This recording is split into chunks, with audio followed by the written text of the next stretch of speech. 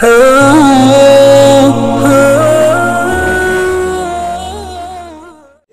خود کہتا ہے کہ 9 سال کے بعد بچے کا دماغ پتھر بن جائے. ہم جس دور سے گزر رہے ہیں یہ بڑا خطرناک دور ہے. اس دور میں سب سے زیادہ اہمیت کی اگر حامل کوئی چیز مسلمان والدین کے لیے ہے تو وہ ہے اپنی اولاد کی دینی تعلیم اور تربیت کی فکر.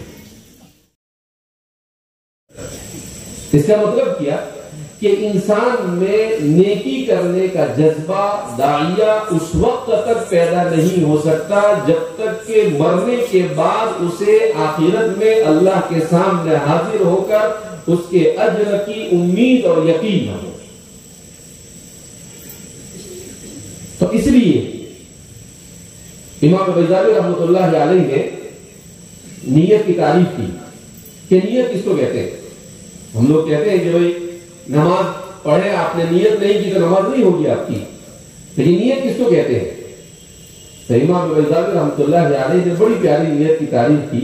ابھی 2-4 دن پہلے اشباح والنظائر میں سبب میں آئی تو امام بیضاوی فرماتے ہیں کہ نیت کہتے ہیں انسان کا ہر اس کام کی طرف مائل ہونا جس میں اسے جلب منفعت یا دفع مضرت نظر آئے حالن یا معالن.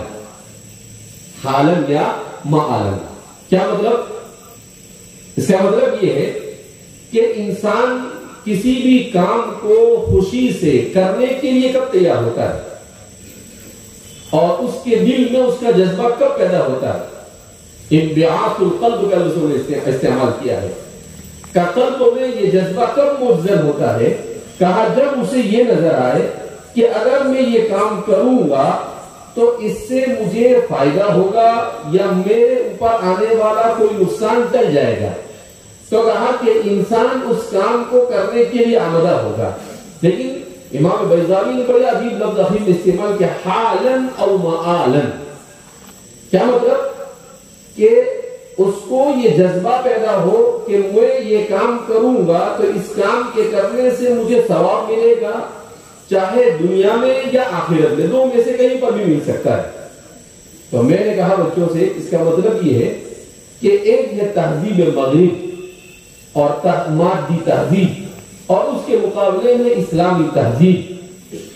حالن کے ساتھ معالن کا لفظ لا کر امام بیضاوی گویا کہ اسلام کی فکر کو سمجھانے کی کوشش کر رہے ہیں کہ دنیا دار انسان, مادہ پرست انسان, تہذیب مغرب کا دیندادہ انسان, اس کے پیش نظر صرف یہ ہوتا ہے کہ میں وہ کام کروں جس کا فائدہ مجھے حالن ہو یعنی دنیا میں. لیکن جس کا مرنے کے بعد کی زندگی پر یقین ہوتا ہے وہ یہ سوچتا ہے کہ دنیا میں میرا فائدہ ہو یا نہ ہو آخرت میں مجھے فائدہ ہو ایسا کام مجھے کرنا چاہیے. تو وہ کچھ کام ایسے کرتا ہے جس سے اس کے دنیاوی فوائد ہوتے ہیں اور کچھ کام ایسے کرتا ہے جس سے اس کے اخروی فوائد کیا ہوتے ہیں, وابستہ ہوتے ہیں. جیسے نماز پڑھی ہم نے, بظاہر تو نماز پڑھنے سے ہمیں ایسا لگتا ہے کہ کوئی فائدہ حاصل نہیں ہوا, لیکن اللہ کے رسول صلی اللہ علیہ وسلم نے کہا کہ بھئی نماز فرض ہے, نماز کے پڑھنے سے اللہ کی خوشنودی حاصل ہوتی ہے اور اس کے ثواب کی بہت کثرت بیان کی گئی. تو انسان کے سامنے جب یہ ہے کہ خالق اور مالک راضی ہوتا ہے اس چیز سے تو ظاہر سی بات ہے مرنے کے بعد تو یہی کام آنے والی ہے, تو انسان نماز کے لیے آمادہ ہو جاتا ہے. اگرچہ آج کی سائنس اور اس نے اس بات کو تسلیم کر لیا ہے کہ نماز کے پڑھنے سے انسان کو بہت ساری بیماریوں سے بھی نجات ملتی ہے, لیکن یہ ایک ضمنی چیز ہے. حقیقت تو یہ ہے کہ انسان کو نماز 5 وقت میں اس لیے پڑھائی جاتی ہے کہ انسان جس دنیا میں مشغول رہتا ہے اگر وہ نمازوں کا اہتمام نہ کرے, اسلام ان پر نمازوں کو فرض نہ کرتا تو انسان کبھی بھی اپنے رب کو یاد نہیں کرتا. لیکن بار بار اذا تکرر جب کسی چیز کو بار بار کرتا ہے تو پھر وہ چیز دل میں گھر کر جاتی ہے, دل میں جگہ پکڑتی ہے. اور وہ اذان ہوتی ہے فجر میں, ساری دنیا غفلت کے ساتھ سو رہی اور کہا اللہ اکبر اللہ اکبر, اللہ سب سے بڑا ہے, اللہ سب سے بڑا ہے. جب انسان کے کان میں آواز پڑتی ہے تو انسان بیدار نہیں ہوتا ہے تو حدیث پاک میں اللہ کے رسول صلی اللہ علیہ وسلم نے ارشاد فرمایا کہ ایک لفظ شامل کیا گیا الصلاۃ خیر من النوم، نماز نیند سے بہتر ہے۔ نبی کریم صلی اللہ علیہ وسلم کا معمول یہ تھا کہ آپ صلی اللہ علیہ وسلم تہجد کی نماز کے لیے اٹھتے تھے اور تہجد پڑھ کر فارغ ہوتے تھے، اس کے بعد آپ صلی اللہ علیہ وسلم تھوڑی دیر سستا تھے، ایسے ہی لیٹ جاتے تھے۔ تو حضرت بلال اللہ کے رسول صلی اللہ علیہ وسلم کی خدمت میں حاضر ہو کر حضور کو جگا دیتے تھے۔ ایک دن کیا ہوا کہ اللہ کے رسول صلی اللہ علیہ وسلم کچھ گہری نیند میں چلے گئے، تو حضرت بلال کی آواز دینے پر بھی اللہ کے رسول صلی اللہ علیہ وسلم بیدار نہیں ہو سکے۔ تو حضرت بلال نے کہا کہ اللہ کے رسول صلی اللہ علیہ وسلم کو کیسے میں بیدار کروں؟ تو اللہ نے ان کے دل میں بات ڈالی، تو حضرت بلال نے حضور کے کان کے پاس آ کر کہا الصلاۃ خیر من النوم، نماز نیند سے بہتر ہے۔ کیا کہا حضرت بلال نے؟ نماز نیند سے بہتر ہے۔ حضور فوراً کھڑے ہو گئے اور کہنے لگے یا بلال ماذا قلت؟ اے بلال کیا کہا ابھی تم نے؟ تو حضرت بلال نے کہا کہ میں نے کہا الصلاۃ خیر من النوم۔ حضور نے کہا اجعلها فی صلاتک فی اذانک، اس کو اپنی فجر کی اذان کا حصہ بنا دو، اس کو اپنی فجر کی اذان کا حصہ بنا دو۔ تو یہ اصل جملہ حضرت بلال نے حضور کو اٹھانے کے لیے کہا، لیکن قیامت تک سارے مسلمانوں کو اٹھانے کے لیے اس کو اذان میں کر دیا گیا، شامل کر دیا الصلاۃ خیر من النوم، نماز نیند سے بہتر ہے۔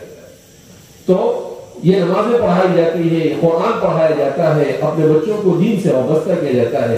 ہم جس دور سے گزر رہے ہیں یہ بڑا خطرناک دور ہے، یہ دور مزید اپنے اندر برائیوں کو لے کر آگے چلا جائے گا۔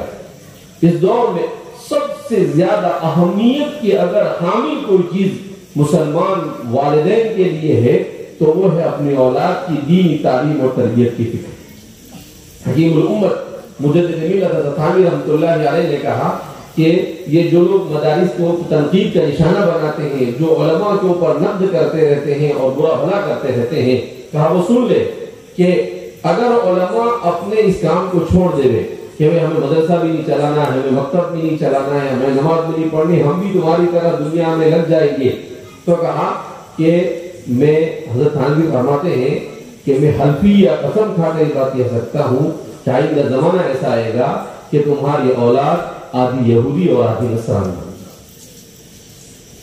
حضرت تھانوی رحمۃ اللہ علیہ اس لیے کہا کہ علماء اور مدارس اور دعوت و تبلیغ اور خانقاہ جتنے بھی دین کے کام چل رہے ہیں، ان کام کو امت بوجھ نہ سمجھے، بلکہ یہ ساری امت کے کام کو کچھ لوگ لے کر چل رہے ہیں، لہذا وتعاونوا علی البر والتقوی، ان کا تعاون کر کر آگے بڑھنا چاہیے ہمیں۔